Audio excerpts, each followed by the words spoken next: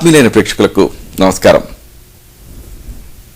నా పేరు డాక్టర్ చిరుమామిళ్ళ మురళీ మనోహర్. ఆయుర్వేద సంహిత ఈ కార్యక్రమానికి మీకందరికీ స్వాగతం.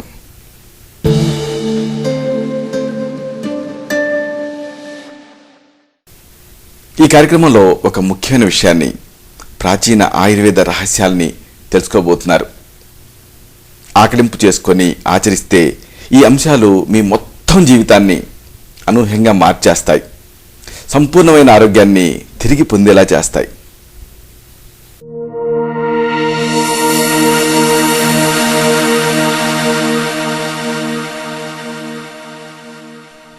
సైనసైటిస్ ఎంతో మందిని బాధించే సమస్యది. దీని గురించి సమగ్రంగా తెలుసుకుందాం. సైనసైటిస్ చాలా తరచుగా వినే పదం ఇది. అసలు ఏమిటిది? సైనసైటిస్ అంటే ఏమిటి? ఇది తెలుసుకుందాం. సైనస్లు అనేవి మన తలలో ఉండే గాలి గదులు, ఎయిర్ స్పేసెస్. ఒకవేళ ఇవి ఇన్ఫెక్షన్కి గురయ్యాయి అనుకోండి, అంటే ఇన్ఫెక్షను ఈ సైనస్ గదుల మీద దాడి చేసింది అనుకోండి, అలాంటి స్థితిని సైనసైటిస్ అంటాం. ఐటిస్ అంటే ఇన్ఫెక్షన్ లేదా ఇన్ఫ్లమేషన్. ఆయుర్వేద శాస్త్రంలో వివరించినటువంటి ప్రతిశాయం, సూర్యావర్తం, పూతీనస్యం, పూతీనాహం, ఈ వ్యాధుల లక్షణాలు సరిగ్గా ఈ సైనసైటిస్ తాలూకు రకరకాల అవస్థల్ని పోలుంటాయి. సరే, మరి ఈ సైనసైటిస్ గురించి తెలుసుకోబోయే ముందు అసలు సైనస్లు అంటే ఏమిటి, వాటి శరీర రచన ఏమిటి, శరీర క్రియ ఏమిటి, ఇది తెలుసుకోవటం ముఖ్యం. తలలోపల ఉండేటటువంటి కపాలం మనిషి తలకి ఆకృతినిస్తుంది, పటిష్టంగా ఉంచుతుంది. అయితే కపాలం అనేది ఎక్కువ బరువు ఉండకూడదు. కాబట్టి రూపుదిద్దుకునే దశలోనే 4 జతల గాలి గదులతో ఇది నిర్మితం అవుతుంది. వీటిని సైనస్లు అంటారు. వీటికి రకరకాల పేర్లు అనుకోండి, ఫాంటలని, మ్యాగ్జిలర్ అని, ఇలాగ ఇథ్మాయిడల్, ఇలాగా. అయితే ఇవి తలకి ఆధారాన్ని ఇస్తాయి. ఆధారాన్ని ఇవ్వడంతో పాటు స్వరపేటిక నుంచి బయటికి వెళ్ళేటటువంటి శబ్ద తరంగాలని ఇతరులు స్పష్టంగా వినగలిగేలాగా చేస్తాయి. అలాగే శ్వాస ప్రక్రియలో భాగంగా లోపలికి ప్రవేశించే గాలిని ఇవి పరిశుద్ధం చేస్తాయి. సరే, మరి ఈ సైనసైటిస్ ఎలా వస్తుంది, దీని సంప్రాప్తి ఏమిటి, అంటే వ్యాధి ప్రాప్తించే విధానం ఏమిటి, ఇది తెలుసుకుందాం. ఒక్కొక్కసారి ఈ సైనస్ లోపల ఉండేటటువంటి శ్లేష్మపు పొరలు ఇన్ఫెక్షన్కి లోనై వాచిపోతాయి. దీంతో ముక్కు అంతర్భాగం నుంచి సైనస్ లోపలికి దారితీసే మార్గం మూసుకుపోతుంది. సైనస్ లోపల ఉండేటటువంటి శ్లేష్మ పొరలు విడుదల చేసే కఫం సూక్ష్మ క్రిములతో కలుస్తుంది, చీము లాంటి పదార్థంగా మారుతుంది. ఇలా తయారైన ఈ చీము లాంటి పదార్థం బయటికి రావటానికి దారి లేక, లోపల ఉండటానికి స్థలం సరిపోక తలలో విపరీతమైనటువంటి ఒత్తిడిని, అలాగే నొప్పిని కలిగిస్తుంది. ఇవే సైనస్ తాలూకు రకరకాల ఇబ్బందులు. సరే, మరి ఈ సైనసైటిస్ ఎందుకు వస్తుంది, దీనికి దారితీసే కారణాలు ఏమిటి, వీటి తెలుసుకుందాం. ఎందుకంటే ఆయుర్వేదం సంక్షేపత క్రియాయోగో నిదానస్యచ వర్జనం అంటుంది. అంటే కారణాన్ని కనుక్కొని వాటిని సరిదిద్దుకోవటం. కాబట్టి సైనసైటిస్కి కారణాలు ఏమిటి అనేది బాధితులుగా మీరు తెలుసుకోవాలి. ఈ వ్యాధులు కలగటానికి కారణాలని ఆయుర్వేద శాస్త్రం హేతువులు అన్న పేరుతో వివరించింది, వ్యవహరిస్తుంది. ఈ సైనస్లు వ్యాధిగ్రస్తం అవడానికి ప్రధాన కారణం ఏమిటి అంటే బ్యాక్టీరియా, ఫంగస్, అలాగే వైరస్, ఇలాంటి ఇన్ఫెక్షన్లు. అలాగే ఎలర్జీల వల్ల కూడా సైనసైటిస్ వస్తుంది, వాతావరణ కాలుష్యం వల్ల వస్తుంది, జల కాలుష్యం వల్ల వస్తుంది, దుమ్ము వల్ల సైనసైటిస్ వస్తుంది, ధూళి వల్ల వస్తుంది, చలి వాతావరణం వల్ల కూడా వస్తుంది, నిద్ర లేకపోతే కూడా వస్తుంది, విపరీతంగా శారీరక శ్రమ చేసినా వస్తుంది. అలాగే వ్యక్తిగత అలవాట్లు, ఇలాంటి వాటి వల్ల కూడా ఈ సైనసైటిస్ వస్తుంది. కాబట్టి ఈ కారణాలన్నీ కూడా ఈ సైనస్ని వ్యాధిగ్రస్తం చేసే అవకాశం ఉంది. ఇక ఈ బయటి కారణమే అంటే వెలుపలి కారణమే కాకుండా కొన్ని సందర్భాలలో శారీరక కారణాలు కూడా ఈ సైనసైటిస్కి కారణం అవుతూ ఉంటాయి. ఎలాంటివి అంటే ఉదాహరణకు మీ ముక్కు లోపల దూలం ఇలా వంకర తిరిగింది అనుకోండి, అప్పుడు ఈ సైనసైటిస్ రావచ్చు. వైద్య పరిభాషలో డీవియేటెడ్ నేజల్ సెప్టమ్ అంటారు, డిఎన్ఎస్. లేదా ముక్కు అంతర్భాగంలో ఏమన్నా మాంసపు కండలు పెరిగాయనుకోండి, అప్పుడు కూడా సైనసైటిస్ రావచ్చు. అంటే నేజల్ పాలిప్స్ పెరిగినప్పుడు అప్పుడు సైనసైటిస్ వస్తుంది. కాబట్టి ఇవన్నీ నిర్మాణపరమైనటువంటి కారణాలు. ఇలాంటి నిర్మాణపరమైన కారణాలు ఇన్ఫెక్షన్తో వ్యాధిగ్రస్తమైన సైనస్ని పూర్తిగా అడ్డుకొని ఈ పరిస్థితిని మరింత విషమం చేస్తాయి. ఇక అలవాటుగా చేసే పొరపాట్లు కూడా ఈ సైనసైటిస్కి కారణాల కింద ఉంటూ ఉంటాయి. ఎలాగంటే కొంతమంది 2 ముక్కు రంధ్రాలని నెమ్మదిగా కాకుండా బలంగా చీదుతూ ఉంటారు. ఇలా ఒకేసారి చీదితే ఏం జరుగుతుంది, ముక్కు లోపల ఉండేటువంటి ఈ మ్యూకస్ అంతా కూడా ఒత్తిడికి గురవుతుంది. కాబట్టి ముక్కు లోపల ఒత్తిడి పెరిగి ఇన్ఫెక్షన్ బలవంతంగా సైనస్ లోపలికి చేరుకుంటుంది. ఇక స్మోకింగ్, ఈ ధూమపానం సైనసైటిస్కి ఒక ప్రధానమైనటువంటి కారణం. ఎందుకు అంటే సిగరెట్ పొగ ఈ సైనస్ లోపల ఉండేటువంటి ఆరోగ్యవంతమైనటువంటి శ్లేష్మపు పొరల్ని తడి ఆరిపోయేలా చేస్తుంది. దీంతో ఇన్ఫెక్షన్కి కారణమైనటువంటి అంశాలు సైనస్ లోపల స్థానం ఏర్పరచుకుంటాయి, సైనసైటిస్ వ్యాధిని కలిగిస్తాయి. సరే, మరి సైనసైటిస్ అంటున్నాం, ఎలా తెలుస్తుంది అంటే సైనసైటిస్ వ్యాధిని ఎలాంటి లక్షణాలతో గుర్తుపట్టాలి ఇది తెలుసుకుందాం. సైనసైటిస్ దీర్ఘకాలం పాటు బాధించే వ్యాధి. మందులతో ఏదో తాత్కాలికంగా తగ్గినట్టు తగ్గుతుంది, మళ్ళీ దానికి అనుకూలమైనటువంటి పరిస్థితులు వచ్చినప్పుడల్లా కూడా తిరగబెడుతూ ఉంటుంది.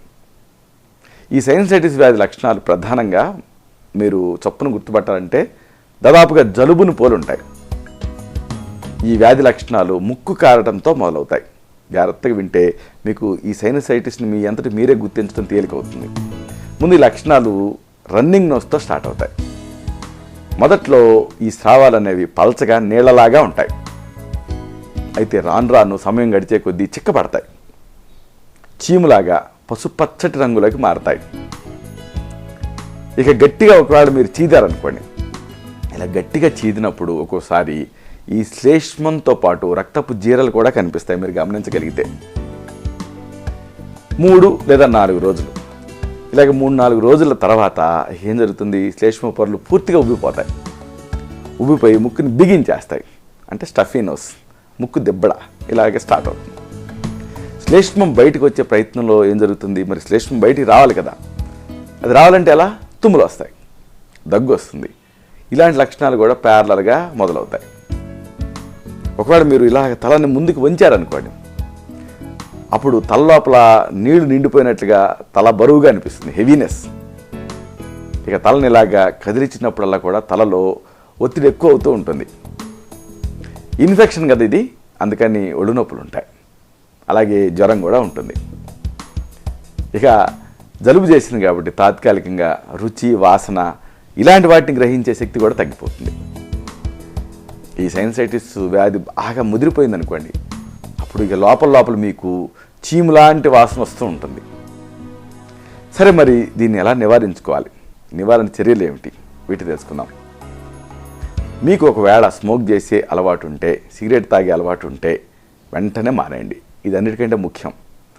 ఏదో డాక్టర్లు ఇలాగే చెప్తారులే అనుకోకండి, చాలా ముఖ్యమైనటువంటి సూచన, ముఖ్యమైన సలహా ఇది. అలాగే ఒకవేళ ఆల్కహాల్ తీసుకునే అలవాటు ఉంటే దాన్ని కూడా మానేయండి. ఎందుకు ఇలాగా అంటే సిగరెట్ పొగ ఏం చేస్తుంది, సైనస్ పొరల్ని పొడిబారేటట్టు చేస్తుంది. పొడిబారితే ఏం జరుగుతుంది అంటే తర్వాత రియాక్షనరీగా ఆ పొరలన్నీ ఉబ్బిపోతాయి. తర్వాత ఈ వ్యాధికి కారణమైనటువంటి ఆల్కహాల్ ఈ పొరల్ని వాపునికి గురి చేస్తుంది. కాబట్టి తడారిపోతుంది, మళ్ళీ వాస్తుంది. దీంతో ఈ వ్యాధి అనేది ఉధృతం అవుతుంది. ఇక మరొక ముఖ్యమైన సూచన, క్లోరిన్కి ఈ సైనస్ పొరల్ని రేగేలా చేసే నైజం ఉంటుంది. కాబట్టి క్లోరిన్ కలిపిన నీళ్లలో మీరు ఏదటం ఇలాంటివి చేయకండి. ఇక మరొక ముఖ్యమైన విషయం, వాతావరణంలో హఠాత్తుగా సంభవించే మార్పుల నుంచి మీరు రక్షణ పొందాలి. ఎలాంటి సందర్భాల్లో ఇలా జరుగుతూ ఉంటుందంటే, ఉదాహరణకు మీరు ఫ్లైట్ జర్నీ చేస్తున్నారు, విమానయానం, లేదా ఈదుతున్నారు, అప్పుడు డైవింగ్ చేస్తారు కదా, లేదా తుఫాన్ వాతావరణం, ఇలాంటి సందర్భాల్లో వాతావరణంలో హఠాత్తుగా మార్పులు వస్తాయి. కాబట్టి ఇలాంటి హఠాత్తుగా జరిగే వాతావరణపు మార్పులకి గురిగాకండి. విమానం గాలిలోకి లేచేటప్పుడు కానీ, లేదా గాలి నుంచి నేల మీదకి ల్యాండ్ అయ్యేటప్పుడు కానీ గాలి ఒత్తిడిలో మార్పులు వస్తాయి. అందుకే మీరు గమనించే ఉంటారు, చెవులు దెబ్బడు వేసినట్లు ఇలా అనిపిస్తూ ఉంటుంది ల్యాండింగ్లో, అలాగే టేకాఫ్లో. అప్పుడు ఏం జరుగుతుందంటే, ఈ ముక్కు నుంచి ఇన్ఫెక్షను, లోపల ఒత్తిడిలో మార్పు వచ్చింది కదా, కాబట్టి ముక్కు నుంచి ఇన్ఫెక్షన్ బలవంతంగా సైనస్ లోపలికి ప్రవేశిస్తుంది, సైనసైటిస్ వస్తుంది. అలాగే కాలుష్యాలకి, ఎలర్జీలకి సాధ్యంత దూరంగా ఉండండి. ఇక ఆహారం విషయం, ఆహారంలో కఫాన్ని పెంచేటటువంటి పదార్థాల వాడకాన్ని తగ్గించుకోండి. ఏమిటివి? పెరుగు. అందుకే మనకి తెలుగు వాచకంలో ఒక సామెత ఉంటుంది, రాత్రిపూట పెరుగు తినరాదు అని. అంటే పెరుగు కఫాన్ని పెంచుతుంది, రాత్రి కూడా కఫం పెరుగుతుంది. కాబట్టి ఉదయమే చాలామందికి స్టఫీ నోస్, సైనసైటిస్ లక్షణాలు ఎక్కువ అవటం ఇలాంటివి జరుగుతూ ఉంటాయి. అలాగే అరటిపండును కూడా మానేయండి. అలాగే స్వీట్లు మానేయండి, ముఖ్యంగా బయట కొనే స్వీట్లు, ముఖ్యంగా పాలతో చేసిన స్వీట్లు. ఎందుకంటే పాలను ఎరగొడతారు కాబట్టి అప్పుడు ఎంతో కొంత ఇన్ఫెక్షన్ దాంట్లో ఉంటుంది. పాల పదార్థాలు కూడా మానేయండి. చల్లటి పానీయాలు వీటిని కూడా మానేయండి, కఫాన్ని పెంచుతాయి, ఇవి సమస్యను ఎక్కువ చేస్తాయి. అలాగే మరొకటి, ఈ మధ్య ఈ సిటీస్లో ఇక్కడ రోజువారీగా ఉద్యోగాలు చేసుకునే వాళ్ళకి ఏం చేస్తున్నారంటే, ఈ అసలే జుట్టు కొద్దిగా ఉంటుంది, నూనె రాసుకుంటే ఇంకా ఇబ్బంది. కాబట్టి ఏం చేస్తారు, రోజు ఆ ఉన్న కాస్త జుట్టు బౌన్సింగ్గా కనిపించాలని రోజు తలస్నానం చేస్తూ ఉంటున్నారు. కానీ తరచుగా తలస్నానం చేయకండి, రోజు చేయకండి. ఒకవేళ చేసినా వెంటనే తుడుచుకోండి, ఎందుకంటే తలలో నిమ్ము చేరి సైనసైటిస్ ఎక్కువ అవుతుంది. ఇక మరొక ముఖ్యమైన విషయం, మస్కిటో కాయిల్స్, రిపెల్లెంట్స్ ఇవి వాడకండి. ఎందుకంటే మస్కిటో కాయిల్స్, రిపెల్లెంట్స్ ఏం చేస్తాయి, ఎంతో కొంత వాటిలో విషయుక్త లక్షణాలు ఉంటాయి కాబట్టి దోమలు పారదోలుతూ ఉంటాయి. కాబట్టి ఆ విషయుక్త లక్షణాలు ఉండేటటువంటి వాటి తాలూకు ఈ గ్యాస్ కానీ లేకపోతే వాటి తాలూకు పొగ కానీ సైనస్ని రేగేలా చేస్తుంది, ఇన్ఫెక్షన్కి కారణం అవుతుంది. కాబట్టి వాటిని వాడకండి. మరి దోమల నుంచి రక్షణ ఎలా పొందాలి అంటే, మీరు ఈ విండోస్కి వీటన్నిటికీ నెట్స్ వాడుకోవచ్చు, లేదా దోమతెరలు వాడచ్చు, ఇలా చేయొచ్చు. ఇక ఆహారంలో ఎక్కువగా పసుపు, అల్లం, వెల్లుల్లి, మిరియాలు ఇలాంటివి వాడుకోండి. పసుపు యాంటీవైరల్, యాంటీబ్యాక్టీరియల్ కింద పనిచేస్తుంది. అల్లం కూడా అంతే. ఇక వెల్లుల్లి బెస్ట్ యాంటీవైరల్, మిరియాలు ఇవన్నీ కూడా ఇమ్యూనిటీని పెంచుతాయి, బయో అవైలబిలిటీని పెంచుతాయి. కాబట్టి వీటిని ఆహారంలో చేర్చి వాడుకుంటూ ఉండండి. ఇవి సైనసైటిస్ని రానివ్వకుండా నిరోధిస్తాయి. ఇక నిద్ర విషయం, నిద్ర మరీ ఎక్కువ కాకుండా చూసుకోండి. తగిన మొత్తాల్లోనే నిద్ర ఉండాలి, ఇది అవసరం. అవసరానికి మించి మీరు నిద్రపోయారనుకోండి, అప్పుడు ఏం జరుగుతుంది, కఫ ప్రభావం పెరుగుతుంది. సైనసైటిస్లో తయారయ్యే కఫం నిద్రపోతే మరింత లోపలికి వెళ్తుంది. ఇలా జరిగినప్పుడు ఈ స్రావాలని బయటికి తేవడం అనేది కష్టం అవుతుంది. ఇక ఎక్సర్సైజ్, వ్యాయామాన్ని ఎప్పుడు కూడా రెగ్యులర్గా చేస్తూ ఉండండి. అర్ధశక్తిగా చేయండి, కానీ రోజువారీగా చేయండి. వ్యాయామం వల్ల శరీరం లోపల వేడి పుడుతుంది, వేడి పుట్టి కఫం అనేది పలచబడుతుంది. ఇక చేదటం విషయం, 2 ముక్కు రంధ్రాలని బలంగా కాకుండా నెమ్మదిగా చేదాలి. ఇక సైనస్లో ఉండేటటువంటి ఈ శ్లేష్మం ఎప్పటికప్పుడు బయటికి రావాలంటే ఈ లోపల పొరల్లో ఉండే సూక్ష్మమైన కేశాల లాంటి నిర్మాణాలు శక్తివంతంగా పనిచేయాలి. ఎలాగా అంటే నీటి ఆవిరితో వీటిని మీరు స్టిమ్యులేట్ చేయొచ్చు. ఏం చేస్తారంటే, నీటిని బాగా మరిగించండి. వాము, పుదీనా, పచ్చకర్పూరాలని కలిపి ఆ నీళ్ళకి, మరిగించిన నీళ్ళకి వెంటనే తలని ఆవిరి తగిలేలాగా చేయండి. ఆవిరిని ముక్కుతో పీల్చి మళ్ళీ ముక్కుతో వదలండి, తర్వాత నోటితో పీల్చి ముక్కుతో వదలండి. ఇలా చేసేటప్పుడు కళ్ళు మూసుకోవటం మర్చిపోకండి, ఎందుకంటే ఆవిరి కళ్ళకి తగిలితే కళ్ళు దెబ్బతింటాయి. ఆవిరి పట్టేటప్పుడు తలపైన తువాలు కప్పుకుంటే చాలా ఎఫెక్టివ్గా ఉంటుంది. ఇక మరొక విషయం, సైనస్ లోపల శ్లేష్మపు పొరలు ఉబ్బిపోయి ఇబ్బంది పెడుతూ ఉంటే ఒక మహత్తరమైనటువంటి ప్రక్రియ ఉంది. ఉప్పు నీళ్ళతో మీరు ఈ స్టఫీ నోస్ అంటే ముక్కు దెబ్బ నుంచి ఉపశమనం పొందొచ్చు. చాలా తేలికిది.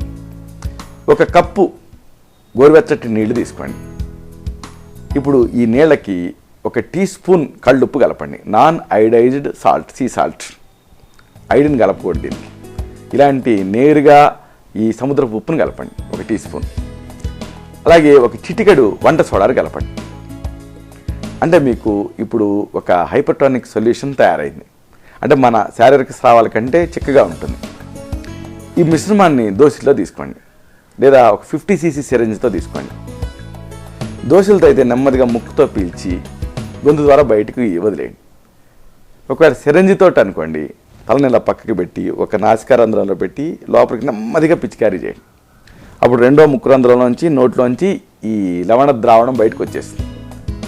ఇలా చేస్తే ఏం జరుగుతుందంటే, నాసిక లోపల ఉన్నటువంటి పేరుకుపోయిన కఫం మొత్తం కూడా ఈ ఉప్పు నీళ్ళకి దాంతోపాటు ఉప్పు నీళ్ళతో పాటు బయటకు వచ్చేస్తుంది. ఎందుకంటే ఉప్పు నీళ్ళు చిక్కగా ఉంటాయి దానికంటే. కాబట్టి ఆ మొత్తం ద్రవాన్ని బయటకు గుంజేస్తుంది.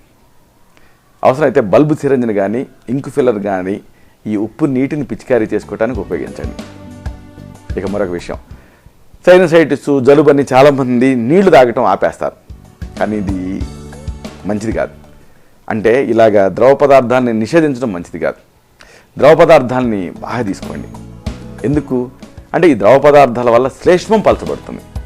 అంటే ప్లగ్స్ లాగా కాకుండా ఈజీగా పలచబడి తేలిగా బయటకు వచ్చేస్తుంది. మ్యూకోలైటిక్స్ అంటాం. అంటే ఏంటంటే ఈ మ్యూకోలైసిస్ అంటే బ్రేక్ అవటం, ఈ జిగురంతా బ్రేక్ అయ్యి బయటకు రావాలి. దానికి ఈ ద్రవ పదార్థాలు సహాయపడతాయి. అందుకే చాలామందికి టీ తాగినప్పుడు, చికెన్ సూప్ తీసుకున్నప్పుడు కంఫర్టబుల్గా అనిపిస్తుంది. ఎందుకంటే ఇవి మ్యూకస్ని కరిగించేస్తాయి. ఇక మరొక విషయం ఉంది, మందుల్లో కొన్నిటికి రీబౌండింగ్ ఎఫెక్ట్ ఉంటుంది. అంటే మందుల్ని వాడి ఆపేసిన తర్వాత లక్షణాలు మరింత ఉధృతంగా తిరగబెట్టేటువంటి అవకాశం ఉంటుంది. డీకంజెస్టింగ్ డ్రాప్స్ ముఖ్యంగా చెప్పుకోవాలి. వీటికి ఈ రీబౌండింగ్ ఎఫెక్ట్ ఉంటుంది. ఇలాంటి మందుల్ని ఎక్కువగా వాడకండి. అలాగే మరొక విషయం, ప్రతిరోజు ఉదయం పూట 2 చేతుల్ని ఒకదాంతో మరొకదాన్ని ఇలాగా వేడి పుట్టేలాగా ఒరిపిడికి గురి చేయండి. తర్వాత ఈ ముక్కుకి 2 పక్కల కూడా అదమండి. దీన్ని ఆయుర్వేదంలో హస్తస్వేదం అంటాం. దీంతో ఈ సైనస్ల గోడలకి రక్త ప్రసరణ పెరుగుతుంది, ఇన్ఫెక్షన్ అదుపులోకి వస్తుంది. సరే, మరి దీనికి చక్కని ఆయుర్వేద చికిత్సా వ్యూహం ఉంది, ఔషధాలు కూడా ఉన్నాయి. వీటిని తెలుసుకుందాం.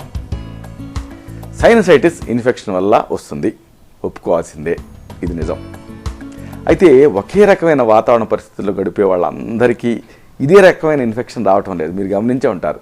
మీకు సైనసైటిస్ ఉంటూ ఉంటుంది, సేమ్ ఆఫీస్లో పనిచేసే మీ ఫ్రెండ్కి ఉండదు. మీకు సైనసైటిస్ ఉంటుంది, మీ హాస్టల్లో ఉండే మీ రూమ్మేట్కి సైనసైటిస్ ఉండదు. ఎందుకు ఇలాగా అంటే వ్యాధి నిరోధక శక్తి తగ్గిన వాళ్ళలో మాత్రమే ఈ సైనసైటిస్ వస్తూ ఉంటుంది. ఇన్ఫెక్షన్ మాట అలా ఉంచితే కొంతమందికి కొన్ని రకాల పదార్థాలు పడకపోవడం వల్ల కూడా ఈ సైనసైటిస్ అనేది తీవ్రతరం అవుతూ ఉంటుంది. కాబట్టి ఇక్కడ ముఖ్యం ఏమిటంటే వ్యాధి నిరోధక శక్తిని పెంచేలా చేయాలి. ఇలాగా వ్యాధి నిరోధక శక్తి పెరిగేలాగా వ్యక్తిగతమైన ప్రకృతిని అనుసరించి చికిత్స అనేది ఇవ్వాల్సి ఉంటుంది. ఇస్తే అప్పుడు ఎలర్జీలు శాశ్వతంగా తగ్గుతాయి. ఆయుర్వేద రసాయన చికిత్సలు ఈ దిశగా పనిచేస్తాయి. సర్జరీని అంటే ఈ శస్త్రచికిత్సను చేయించుకున్నా కానీ కొంతమందిలో వ్యాధి లక్షణాలు తిరగబెడుతూ ఉంటాయి. మీరు గమనించే ఉంటారు. కాబట్టి సర్జరీ చేస్తారు ఏదో, కానీ ఒక 2-3 నెలల తర్వాత మళ్ళీ ఈ లక్షణాలు కొనసాగుతూనే ఉంటాయి. ఎందుకు అంటే అసలైన సమస్యకి చికిత్స జరగట్లేదు అక్కడ. అంటే ఎలర్జీ తగ్గటం లేదు, ఇమ్యూనిటీ పెరగటం లేదు. ఆయుర్వేదంలో కారణానికి చికిత్స జరుగుతుంది. కాబట్టి సమస్య అనేది దీన్ని శాశ్వతంగా కంట్రోల్ చేసే అవకాశం ఉంటుంది. సైనసైటిస్కి ఆయుర్వేద చికిత్స 2 రకాలుగా జరుగుతుంది. ఒకటి శమన చికిత్స, 2 శోధన చికిత్స. శమన చికిత్సలు కారణాల మీద పనిచేస్తాయి. శోధన చికిత్సలు దోషాలని సమూలంగా బయటికి తీసుకొచ్చి శాశ్వత పరిష్కారాన్ని అందిస్తాయి. నస్యకర్మ అనే చికిత్స చేస్తాం. ఈ నస్యకర్మ అనే చికిత్సా ప్రక్రియ ఇలాంటి శోధన చికిత్సలో ఒక భాగం. ఈ చికిత్సా ప్రక్రియలో ఈ ముక్కుని మార్గంగా చేసుకొని ఔషధాన్ని ప్రయోగించడం జరుగుతుంది. షడ్బిందు తైలం, అణుతైలం ఇలాంటి వాటిని ఈ నస్యకర్మలో మందుల కింద వాడుతూ ఉంటాం. ఇక శమన చికిత్స. ఈ శమన చికిత్సలో భాగంగా వ్యోషాదివటి, మహాలక్ష్మి విలాసరస్ ఇలాంటి మందుల్ని ఈ వ్యాధి లక్షణాన్ని బట్టి ఇవ్వాల్సి ఉంటుంది. ఇవి వ్యాధి తిరగబెట్టకుండా నిరోధించగలుగుతాయి. అయితే ఇవి పనిచేసే తీరు ఒక్కొక్కళ్ళలో ఒక రకంగా ఉంటుంది. ఎందుకంటే మనందరం ఒకే రకంగా ఉండం. శారీరక మానసిక తత్వాన్ని బట్టి మనలో తేడాలు ఉంటూ ఉంటాయి. అందుకే మన ఫ్యామిలీలో కూడా అందరికీ ఒకే రకమైనటువంటి సమస్యలు ఉండవు, ఒకే రకమైన వ్యాధులు కూడా ఉండవు. ఎందుకంటే మనం జెనెటికల్గా డిఫరెంట్గా ఉంటాం. కాబట్టి ముందు మీ నాడిని చూడాలి, మీ ప్రకృతిని తెలుసుకోవాలి. అలాగే ఈ సైనసైటిస్ స్థాయి, మీ శక్తి ఇలాంటివన్నీ కూడా బేరీజ్ వేయాలి. ఇతర వ్యాధుల ప్రభావం ఏమన్నా ఉందా అనేది కూడా చూడాలి. ఉదాహరణకు థైరాయిడ్ ఉందా, ఇలాంటివన్నీ చూడాలి.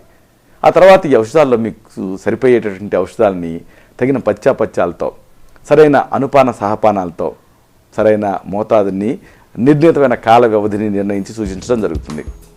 కాబట్టి ఇంతకు ముందు మీరు చేయించుకున్న పరీక్షల రిపోర్ట్లు, అలాగే మెడికల్ రిపోర్ట్లు ఇలాంటి వాటన్నిటితో సహా వచ్చి కలవాల్సి ఉంటుంది. ఇలాగే ఈ సైనసైటిస్ సమస్యని, దానివల్ల వచ్చే ఇక్కట్లని సంపూర్ణంగా, సునాయాసంగా, నిశ్శేషంగా, నిస్సంశయంగా జయించవచ్చు.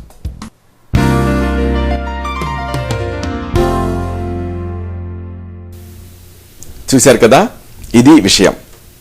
ఈ కార్యక్రమం మీకు ఉపయోగపడిందని, ఉపయోగపడుతుందని ఆశిస్తాను.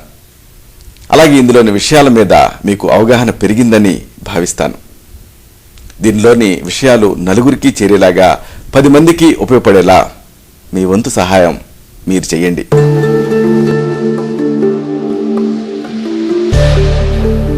మళ్ళీ ఇదే కార్యక్రమంలో మనం కలుసుకున్నప్పుడు ఇలాంటి మరొక ఆసక్తికరమైన అంశాన్ని తెలుసుకుందాం.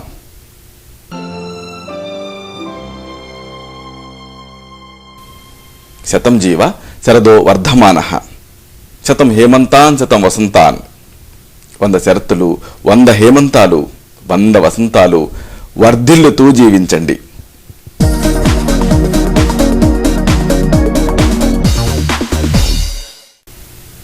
శుభం. డాక్టర్ చిరుమామిళ్ళ మురళీ మనోహర్, ఎండి, ఆయుర్వేదం, Raksha Ayurvedic centre, Saradhi studios road, opposite state home, Ameerpet, Hyderabad 73. Phone 9177445454.